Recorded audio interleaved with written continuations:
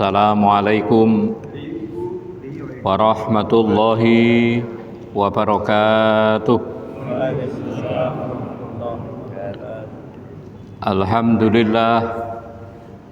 Alhamdulillahilladzi anzala sakinata fi qulubil mu'minin liyastatu imanan ma'a imanihim walillahi junudus samawati wal ard wa kana Allahu aliman hakima.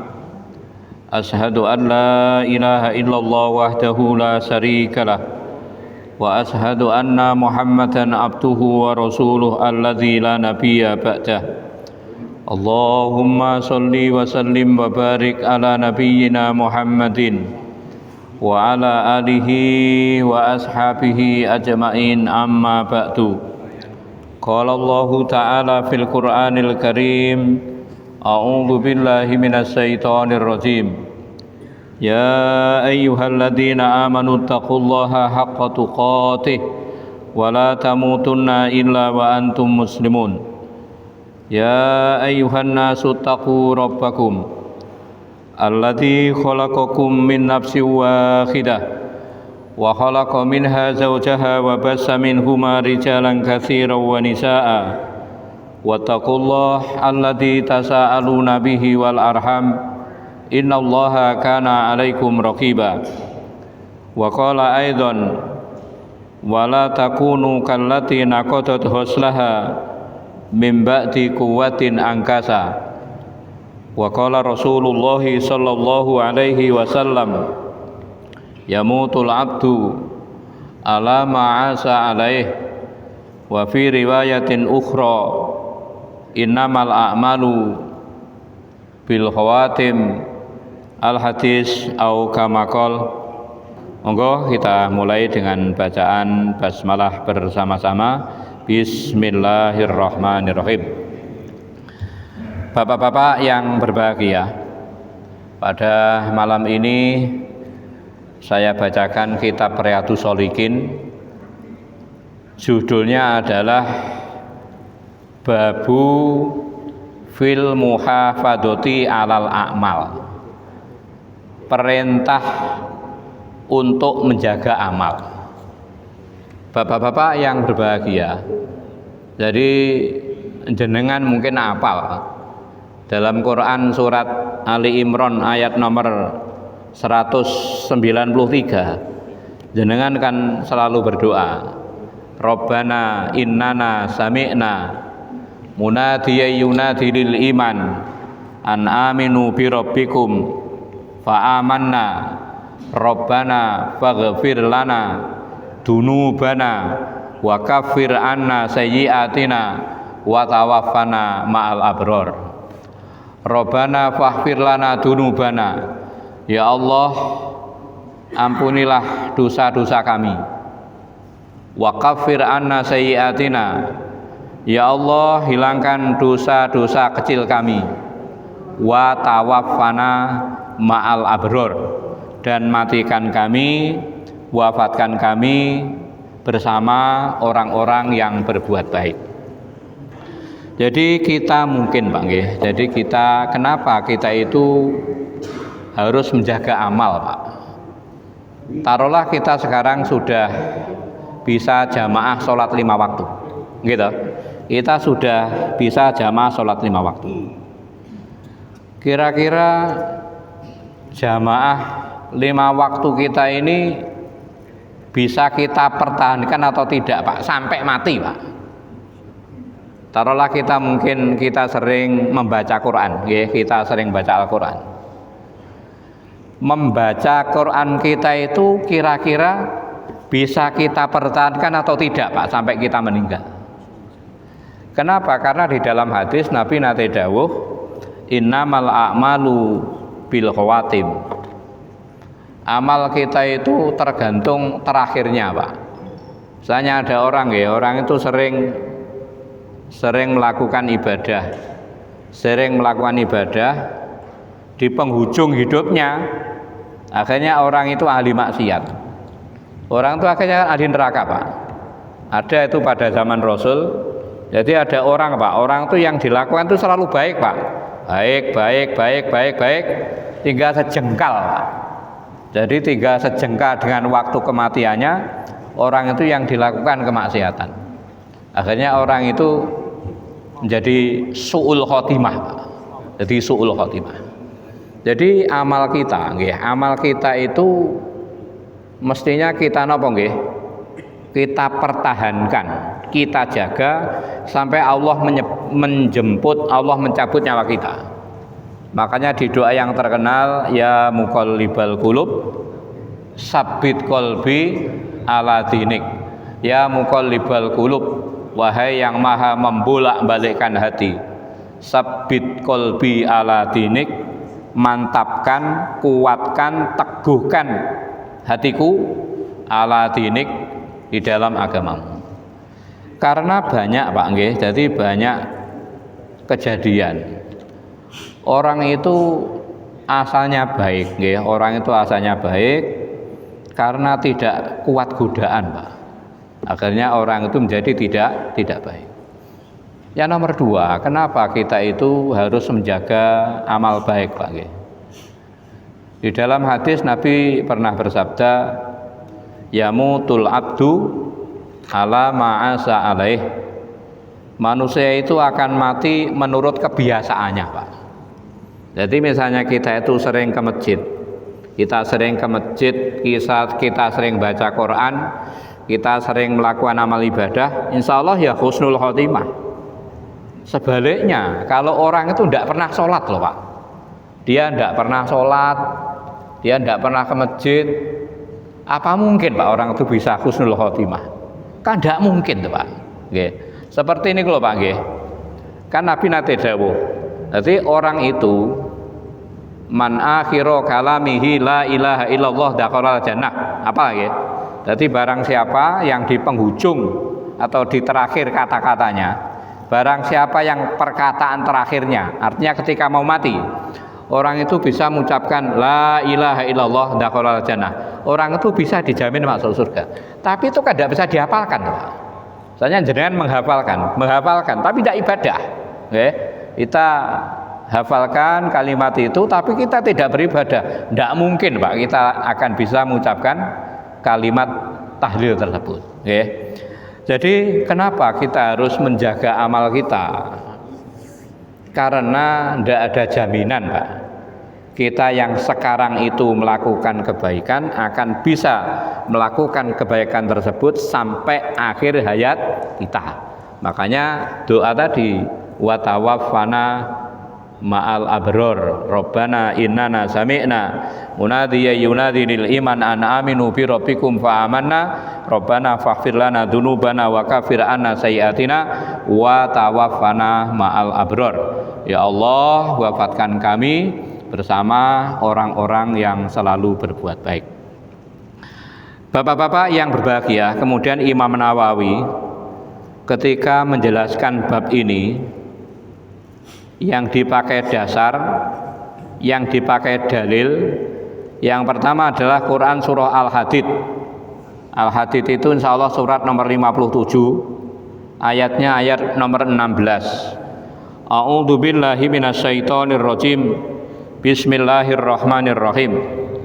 Alam yakni lilladzina amanu an tahsa'a qulubuhum li dzikrillahi wa ma nazala minal haqqi wala yakunu kalladzina utul kitaba min qablu fatala alaihimul amadu faqasat qulubuhum.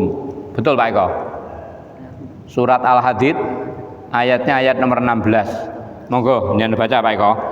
Belum tibakah waktunya bagi orang-orang yang beriman untuk secara khusyuk mengingat Allah dan mematuhi kebenaran yang telah diwahyukan kepada mereka, dan janganlah mereka berlaku seperti orang-orang yang telah menerima kitab sebelum itu. Kemudian mereka melalui masa yang panjang sehingga hati mereka menjadi keras, dan banyak di antara mereka menjadi orang-orang fasik. Alam yakni, belumkah datang, lilladzina amanu, kepada orang-orang yang telah beriman, antah sa'ah supaya mereka itu khusyuk, qulubuhum hati mereka li dzikrillahi karena mengingat Allah, wa ma nazala minal kitab dan mengingat apa yang Allah turunkan dari Alkitab, wala yakunu kalladzina utul kitaba, janganlah mereka itu menjadi seperti orang ahli kitab, min qablu yang hidup sebelum mereka, fatala alaihimul amadu, mereka hidup dalam jangka waktu yang lama, faqasat qulubuhum, hati mereka itu mati, hati mereka itu keras. Surat ini menurut Imam Al-Bahawi, Pak, sebab-sebab turunnya, nazalat fil munafiqina ba'dal hijrati bisanatin. Surat ini diturunkan 1 tahun setelah Rasulullah melakukan hijrah. Wa dzalika annahum sa'alu Salman Al-Farisi dzata yaumin faqalu hadasna anit Taurah fa inna fiha al-ajaibah. Jadi suatu ketika orang-orang munafik setelah 1 tahun setelah Rasulullah berhijrah, orang munafik itu bertanya kepada sahabat Salman Al-Farisi, Pak. Salman Al-Farisi adalah sahabat Nabi yang sebelumnya beragama Nasrani. Maka orang-orang munafik bertanya, "Ya Salman, wahai Salman, ceritakan kepada kami tentang keajaiban-keajaiban yang ada di dalam kitab Taurat, Pak." Jadi Salman itu memang orang Nasrani, tapi insya Allah paham Taurat, Pak. Seperti kan banyak, Pak, orang Islam yang mereka itu paham kitab Injil. Kalau dulu kan wonten Rewin sini Pak Abdullah Wasian, orang Islam paham Injil, Pak. Banyak orang Islam yang apal Injil itu banyak. Jadi sinten niku Salman Al-Farisi, dia orang Nasrani tapi dia paham Taurat. Makanya oleh orang-orang munafik ditanya, "Salman, tunjukkan kepada kami, ceritakan kepada kami tentang keajaiban-keajaiban yang ada di dalam kitab Taurat." Akhirnya Allah menurunkan Quran surah Yusuf ayat nomor 2, "Nahnu nakussu alaika ahsanal qasasi." Kami akan ceritakan kepadamu tentang kisah yang paling baik.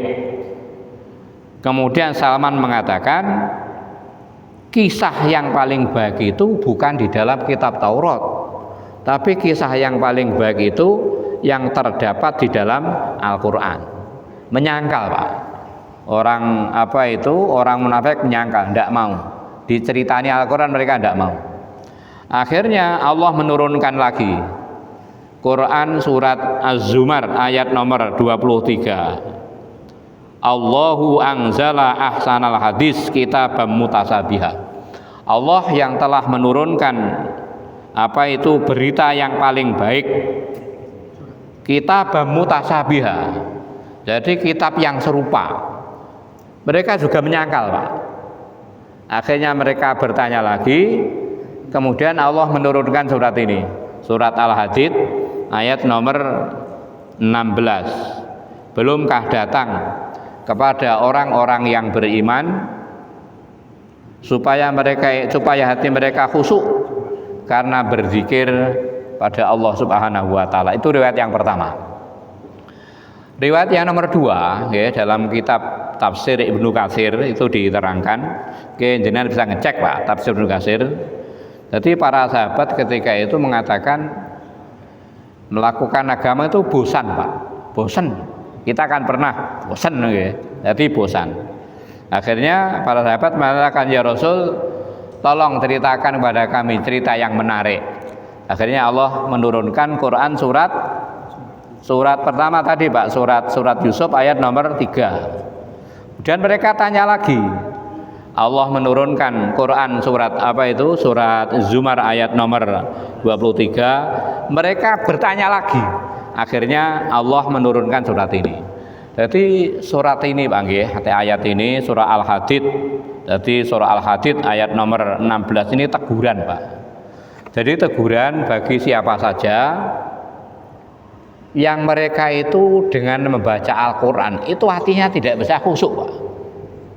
Jadi dia membaca Al-Quran, dia sudah beragama, tapi agamanya itu tidak bisa menjadikan napa nggih, hatinya lembut. Jadi tidak bisa menjadikan hatinya itu khusyuk. Itu yang pertama, Pak nggih, yang pertama. Yang nomor dua, jangan bisa ngecek, Pak. Jadi yang nomor 2 dalam Quran surat An-Nahl, Pak. An-Nahl itu surat nomor 16. Ayatnya ayat nomor 92. A'udzu billahi minasyaitonir rajim. Bismillahirrahmanirrahim. Wala takunu kallati naqadat ghuslaha min ba'di quwwatin angkasa. Monggo Pak Eko. Surat An-Nahl surat nomor 16 ayatnya ayat nomor 92. Dan janganlah kamu seperti seorang perempuan yang menguraikan benangnya yang sudah dipintal dengan kuat menjadi cerai-berai kembali. Pun nggih cuma nggih. Wala takunu, dan janganlah kalian semua itu menjadi kalati seperti perempuan naqadhat ghuslaha yang memintal benangnya mim ba'di kuwatin. Jadi setelah kuat angkasa itu diurai kembali. Jadi ayat ini ngeten Pak maksudnya nggih. Jadi kalau kita lihat dohirnya ayat, kan ada Pak, orang itu punya kebiasaan baik Pak, nggih, punya kebiasaan baik. Kita misalnya ketika jenengan mau melakukan puasa Senin Kemis, kan perjuangan Pak niku. Awalnya kan perjuangan. Kemudian setelah itu menjadi kebiasaan kita tinggalkan. Nggih. Kita misalnya punya kebiasaan setiap malam itu sholat tahajud. Pertamanya kan berat Pak, jadi pertamanya berat. Kemudian sesuatu yang sudah menjadi kebiasaan kita itu kita tinggal. Itu ibaratnya, jadi orang yang memintal benang. Jadi benang itu dipintal, dipintal nggih. Ketika benang itu sudah menjadi kuat, sudah menjadi kain, diurai kembali. Ibaratnya kita itu sudah mempunyai kebiasaan yang baik, yang kebiasaan itu kita bangun, kita bangun dengan susah payah. Ketika itu sudah bisa kita lakukan, kita tinggalkan pelan-pelan. Bapak-bapak yang berbahagia, ini kalau di dalam tafsir Bahawi, jadi diceritakan dulu itu ada seorang perempuan. Perempuan itu adalah orang yang ngomongnya sulit Pak, ngomongnya sulit, dan dia itu bodoh. Perempuan yang bodoh, perempuan yang ngomongnya sulit, yang berasal dari suku Quraisy. Perempuan itu namanya Raitoh binti Amr bin Sa'ad bin Ka'ab bin Zaid Manat bin Tamim. Orang itu dijuluki, perempuan itu julukannya Ja'ar Pak. Orang itu julukannya Ja'ar bisikan. Dia itu memiliki alat pemintal, punya alat pemintal sepanjang lengan. Kemudian dia punya pengait sebesar jari.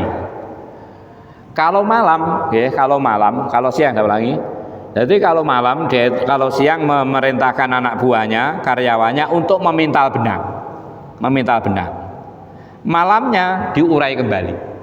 Ini sindiran Pak. Jadi ini majaz sindiran. Jadi orang yang sudah mempunyai kebiasaan yang baik, mestinya kebiasaan itu dijaga. Jadi kebiasaan yang kita bangun dengan susah payah itu mestinya dijaga, jangan ditinggalkan. Kemudian yang nomor 3 ayatnya dalam Quran surah Al-Hijr Pak. Ini tidak saya baca semua Pak. Surah Al-Hijr, surat Al-Hijr itu surat nomor 15. Ayatnya ayat yang terakhir, ayat nomor 99. Wa'bud rabbaka hatta ya'tiyakal yakin. Monggo Pak Eko. Dan sembahlah Tuhanmu sampai yakin ajal datang kepadamu. Nggih, wa'bud, dan sembahlah Muhammad rabbaka Tuhanmu hatta sehingga ya'tiyaka akan mendatangi kamu al yakin, kematian. sesuatu yang orang paling yakin, Pak. Kenapa dalam ayat ini kalau dalam kitab tafsir ditulis kenapa kok tidak selama-lamanya? Sembahlah Allah selama-lamanya, kok tidak seperti itu? Sembahlah Allah sampai kamu mati. Karena sesuatu yang paling diyakini manusia itu mati. Semua orang itu yakin bahwa dirinya akan mati. Makanya dalam ayat ini, jadi karena yang paling diyakini manusia itu dia akan mati, maka kita menyembah itu sampai mati. Bapak-bapak yang berbahagia, kemudian hadis-hadisnya Pak nggih. Jadi hadis-hadisnya ini saya mohon maaf, nanti barangkali yang saya sampaikan jenengan ndak cocok Pak, nggih ndak cocok. Jadi yang pertama, ini kaitannya dengan menjaga amal baik Pak nggih. Yang ditulis oleh Imam Nawawi yang pertama, An Umar bin Khattab, dari Umar bin Khattab radhiyallahu anhu, mudah-mudahan Allah meridhoi Umar bin Khattab, qala dia berkata, qala Rasulullah sallallahu alaihi wasallam, Rasulullah Muhammad sallallahu alaihi wasallam telah bersabda, man nama an hisbihi, barang siapa yang tertidur an hisbihi, dari bacaannya, minal laili, pada waktu malam, au an sayin minhu, atau dari sesuatu, au an sayin, atau dari segala sesuatu, fa qara'ahu ma baina sholatil fajri wa sholatid duhri, adalah orang itu membacanya antara sholat subuh dan sholat duhur. Maksudnya ngeten Pak, misalnya kita punya kebiasaan, jenengan punya kebiasaan setiap waktu sahur itu jenengan baca istighfar, misalnya, jenengan punya kebiasaan setiap malam itu melakukan sholat malam. Suatu ketika karena jenengan tertidur Pak, tertidur kan mungkin mau nih, jadi kita biasa sholat malam, karena mungkin capek, karena mungkin payah, kita tidak bisa sholat malam, maka sholat malamnya itu diganti siang Pak. Nanti Pak Iman. Jadi makanya ini kalau dalam kitab fikih sunnah, sholat witir siang itu boleh Pak. Nanti lapai Pak, kan aneh gitu. Jadi aneh. Jadi ngeten, saya ulangi ya. Kita ketika melakukan amal perbuatan itu kan disuruh menjaga Pak. Karena Nabi dawuh khairul a'mali adwamuha, amal yang paling baik itu yang rutin. Misalnya jenengan terbiasa melakukan sholat malam, suatu ketika karena jenengan tertidur, berarti kan tidak sholat. Karena jenengan tidak sholat, kan jadi tidak rutin Pak. Biasanya jenengan sholat, karena tertidur jenengan kan tidak bisa baca. Nah, untuk merutinkan itu Pak, atau untuk mengganti itu, maka sholatnya itu diganti siang. Atau misalnya jenengan punya kebiasaan setiap malam tuh baca Al-Quran. Kita punya kebiasaan setiap malam tuh baca Al-Quran. Mungkin karena jenengan sakit, atau mungkin karena jenengan tertidur, sakit atau tertidur, maka baca Qur'annya itu diganti siang. Orang yang membaca Quran di waktu siang ini kok Pak, walaupun dia itu bacanya siang, itu catatannya seperti baca pada waktu malam hari. Ini yang dicontohkan Nabi Pak, dicontohkan Nabi. Karena Rasulullah, ini yang cerita Ibu Aisyah, an Aisyata radhiyallahu anha qalat, dari Ibu Aisyah radhiyallahu anha, mudah-mudahan Allah meridhoinya, qalat, dia berkata, karena Rasulullah sallallahu alaihi wasallam, adalah Rasul Muhammad sallallahu alaihi wasallam, idza fatathu as-salatu minal lail, Nabi itu apabila luput sholat malamnya, min waj'in au ghairihi, mungkin karena sakit atau karena faktor yang lain. Di orang yang biasa sholat malam, ketika jenengan sedang sakit Pak, jenengan apa kita tetap melakukan sholat Pak? Artinya ketika kita sakit, dan karena sakit itu kita tidak mungkin melakukan sholat di malam hari. Atau kita biasa sholat malam, karena mungkin tertidur, kita kan tidak bisa sholat malam.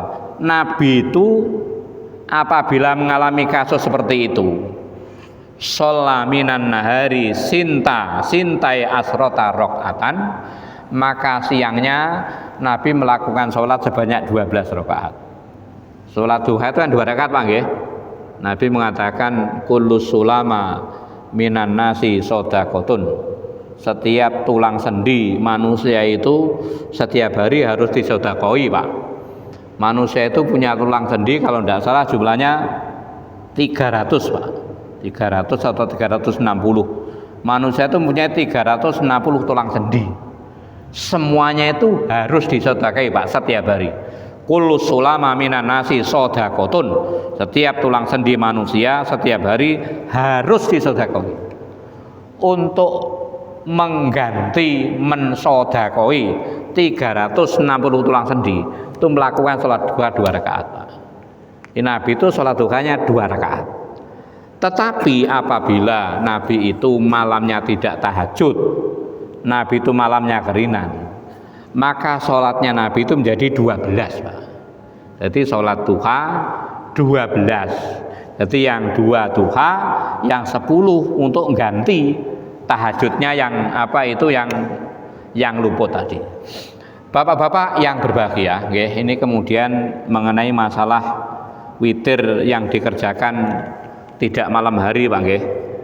Ini saya bacakan, jenengan bisa ngecek dalam kitab fikih sunnah, judulnya bab kodok sholat witir, Pak. Kodok sholat witir. Itu ada riwayat, ya saya bacakan. Ini pendapat para ulama. Jadi di bab kodok sholat witir, di sana ada pernyataan ngeten.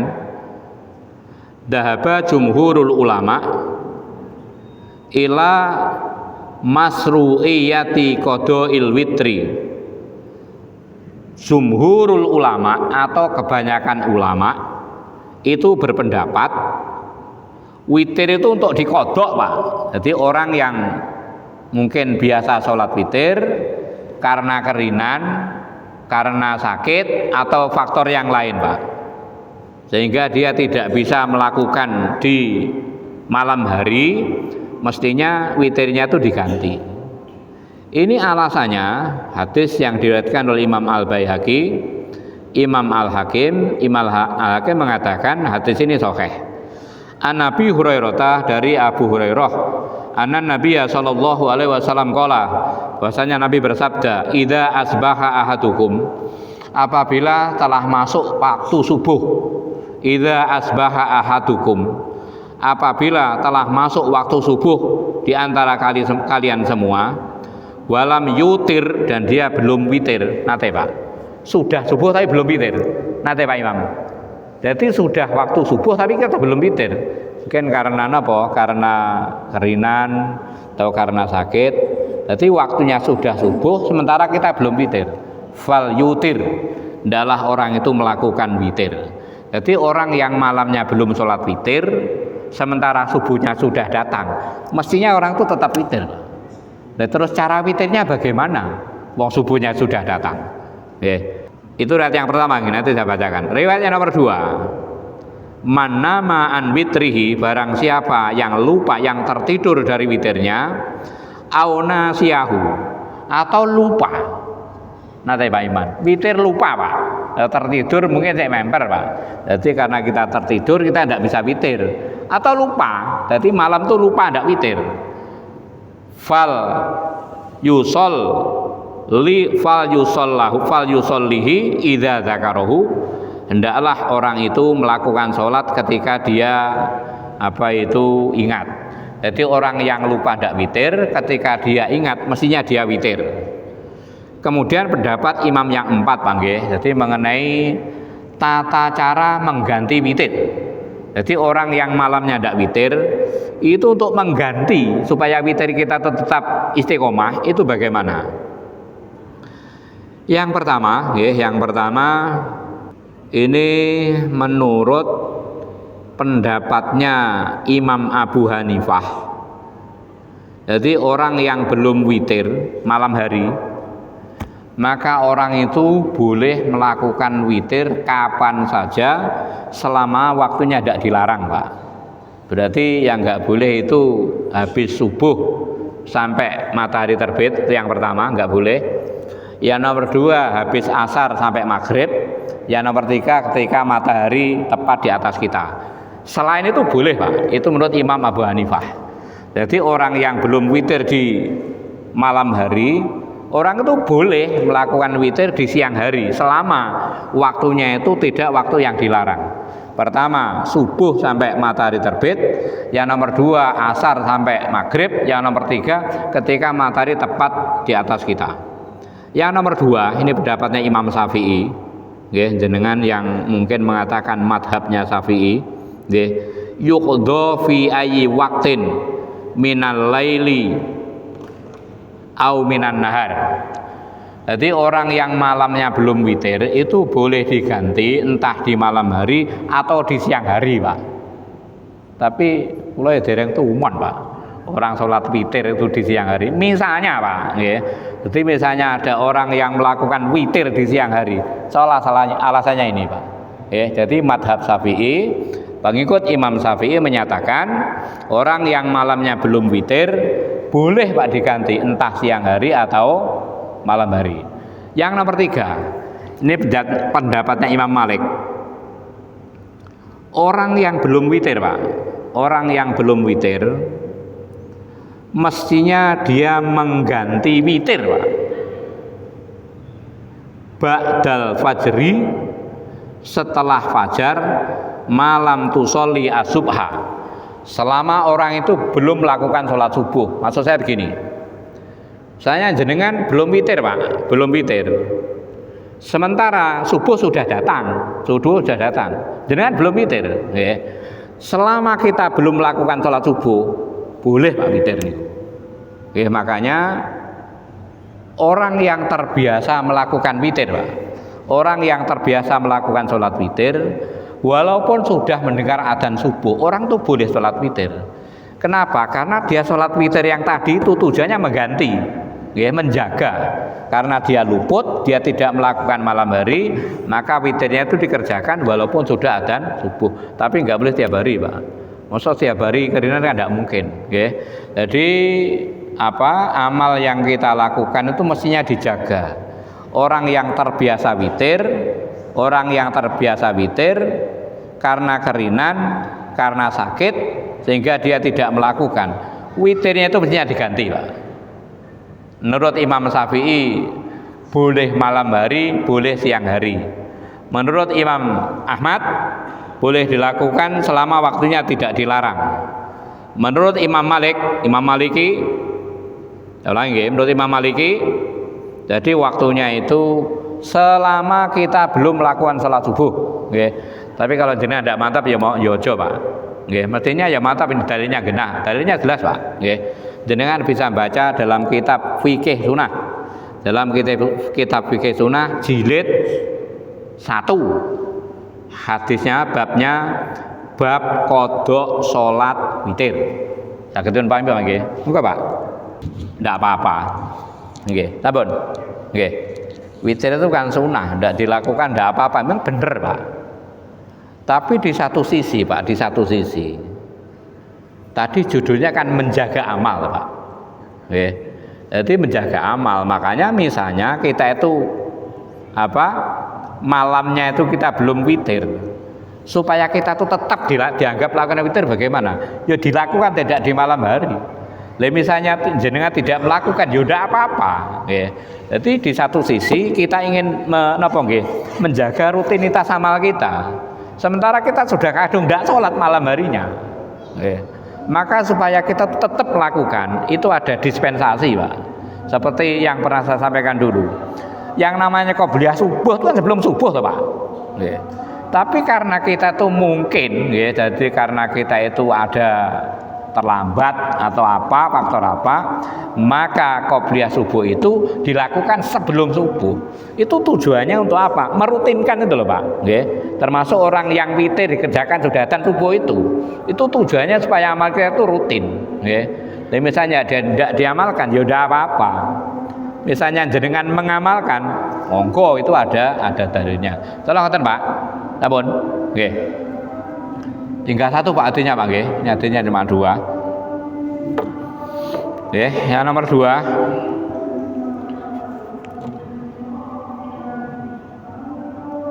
An Abdillah bin Amr, dari Abdullah bin Amr radhiyallahu an Abdillah bin Amr, dari Abdullah bin Amr bin As radhiyallahu anhuma, mudah-mudahan Allah meridhoinya. Qala, dia berkata, qala li Rasulullah sallallahu alaihi wasallam, Rasul pernah bersabda, ya Abdullah, wahai Abdullah, la takun misla fulan, kamu jangan menjadi seperti fulan. Orang Arab itu kalau memanggil orang lain, kalau tidak tahu namanya, kalau laki-laki fulan, kalau perempuan fulanah. Ya Abdullah, hei Abdullah, kamu itu jangan menjadi seperti fulan. Kana yakumul laila, dia pada waktu malam itu bangun. Wa taroka qiyamal laili, tapi tidak sholat malam. Kalau kita malam tidak bangun, tidak sholat itu lumrah Pak. Oh, tidak bangun kok. Ini orang ini bangun, jadi malamnya bangun tapi tidak sholat. Sindiran ya. Kita mungkin sering. Jadi malamnya kita bangun tapi tidak sholat. Ya.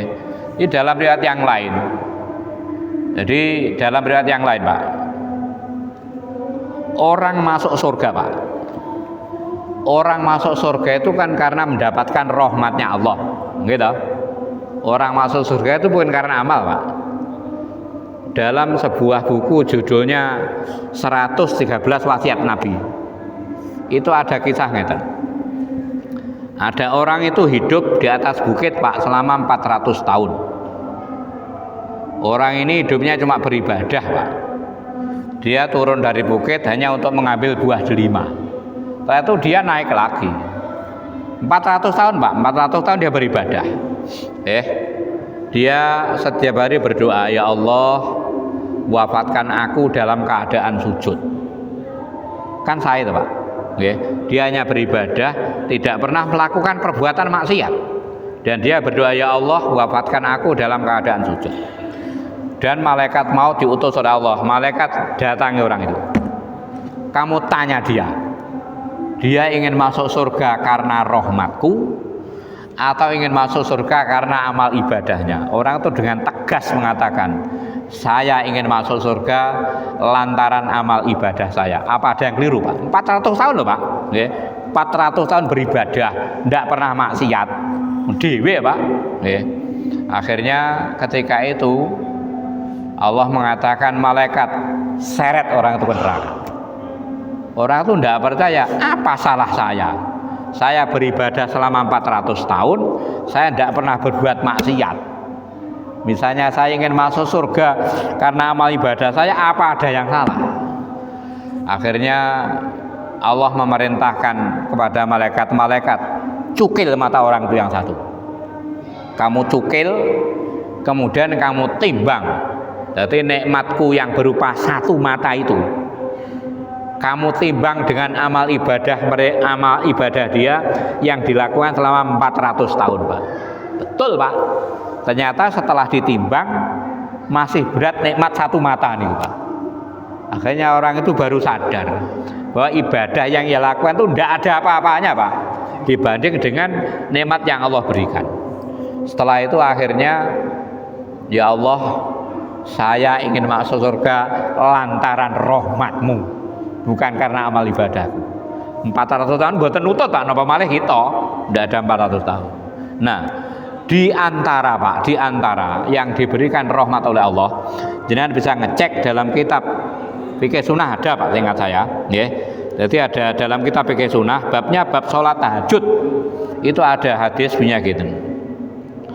Rahimallahu rajulan, rahimallahu rajulan qama minal laili fasalla wa aiqadha imra'atahu fa in aba nadoja fi wajhiha alma. Mudah-mudahan Allah memberi rahmat rojulan kepada seorang laki-laki qoma minal laili yang bangun malam Pak, bangun malam fasolla lalu sholat wa aiqadha ahlahu wa aiqadha imra'atahu dan membangunkan istrinya. Mudah-mudahan Allah memberi rahmat kepada laki-laki yang bangun malam kemudian sholat dan membangunkan istrinya. Fa'in abad, kalau istrinya tidak mau, nadoja fi wajiha alma, wajahnya itu diperciki air. Rahimallahu imro'atan, mudah-mudahan Allah memberi rahmat kepada seorang perempuan qomat minal laili yang bangun malam fasolat lalu sholat wa aiqadhat ahlaha dan membangunkan suaminya. Fa in nadojat, kalau tidak mau, apabila suaminya tidak mau, nadojat fa in aba nadojat fi wajihi alma, wajahnya dipercik air. Rawahu Abu Dawud wa sahhahahu Al-Albani. Hadis ini diriwayatkan oleh Imam Abu Dawud. Imam Al-Albani mengatakan hadis ini sahih. Jadi yang mendapatkan rahmat itu adalah orang yang malamnya bangun terus sholat Pak. Makanya tadi wasiatnya Nabi kepada Abdullah, kamu itu jangan seperti fulan, kalau malam bangun tetapi tidak sholat tahajud. Dia itu bangun tapi tidak melakukan sholat malam.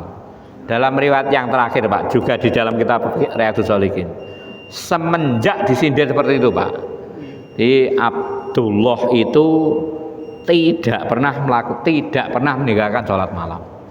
Makanya tadi saya sampaikan, jadi amal yang sudah kita lakukan itu mestinya dipertahankan Pak. Jadi jenengan mungkin yang jenengan jamaah bisa datang sebelum adzan, dipertahankan Pak. Syukur-syukur bisa maju. Awalnya itu datangnya setelah adzan, kemudian datang jadi sebelum adzan. Kita misalnya biasanya jamaah itu satu hari cuma 4 waktu, minimal dipertahankan. Misalnya tidak bisa dipertahankan, kalau misalnya bisa menambah lebih baik lagi. Tanya jenengan tiap hari itu membaca Quran 10 ayat, itu dipertahankan Pak. Misalnya jenengan bisa nambah, itu lebih baik lagi. Jadi amal yang sudah kita lakukan itu kita pertahankan. Syukur-syukur apabila kita bisa meningkatkan. Kenapa? Satu, karena orang itu akan dimatikan menurut amal kebiasaannya, itu yang pertama.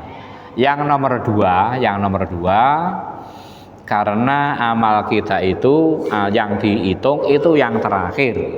Walaupun jenengan ahli puasa, ahli jamaah, tapi kalau akhirnya ndak Pak, yang ditulis yang terakhir itu. Makanya kita pertahankan nggih. Jadi ini teguran buat kita semua atau nasihat buat kita semua supaya amal baik yang kita lakukan itu kita pertahankan. Jangan seperti tadi, orang sudah susah-susah memintal benang, ketika benang itu sudah menjadi kain diurai kembali. Kita sudah susah-susah berjuang untuk sholat jamaah, ketika itu sudah menjadi kebiasaan kita tinggalkan kembali. Insya Allah perkataan Pak yang bisa saya sampaikan pada malam ini, mudah-mudahan ada guna dan faedahnya. Ya kesimpulannya gampang Pak, monggo. Jadi amal baik yang sudah kita lakukan itu kalau bisa kita tingkatkan. Misalnya kita tidak bisa meningkatkan, minimal dipertahankan, jangan malah dikurangi. Makatan apabila ada benarnya dari Allah, apabila ada salahnya datangnya dari saya sendiri, monggo kita tutup dengan doa kafaratul majlis. Subhanakallahumma bihamdika asyhadu an la ilaha illa anta astaghfiruka wa atubu ilaik wal afu minkum wa akhiran. Assalamualaikum warahmatullahi wabarakatuh.